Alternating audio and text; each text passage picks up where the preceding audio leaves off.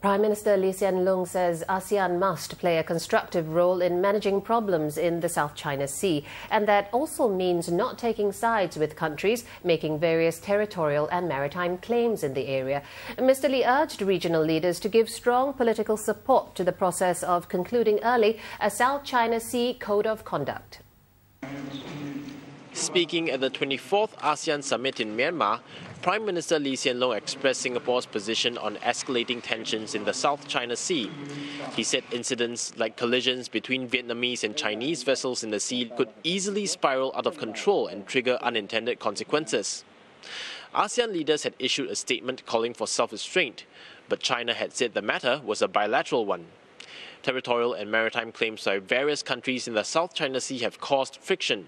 ASEAN's view has been that whereas ASEAN doesn't take a position on the merits of the claims, ASEAN does have a view on the overall issue of the South China Sea, because it is happening on our doorstep, and we must have a view, because the security, stability of the region depends on what happens in the South China Sea, and we cannot not take a view as ASEAN. Mr. Lee told leaders a united and cohesive ASEAN is of vital interest for every member of the regional bloc. A divided ASEAN, he said, undermines the group's credibility and relevance to the world. He said ASEAN must also work together to tackle challenges like transboundary haze pollution arising from fires due to the burning of land. Mr. Lee urged ASEAN member states to operationalize a haze monitoring system for the region quickly. The mechanism has been set up with the software, the system is there. What we need is to be able to get the maps and the land title information from the countries where the burning is a problem, so that we can actually use this system, and that depends on cooperation from the countries involved, and including Indonesia and Malaysia. So the ball is in their court now.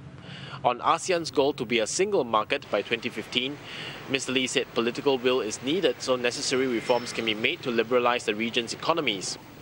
Mr. Lee also met Myanmar President Hsien and expressed hope that the country can consider issuing licenses to Singapore banks as it develops its financial sector.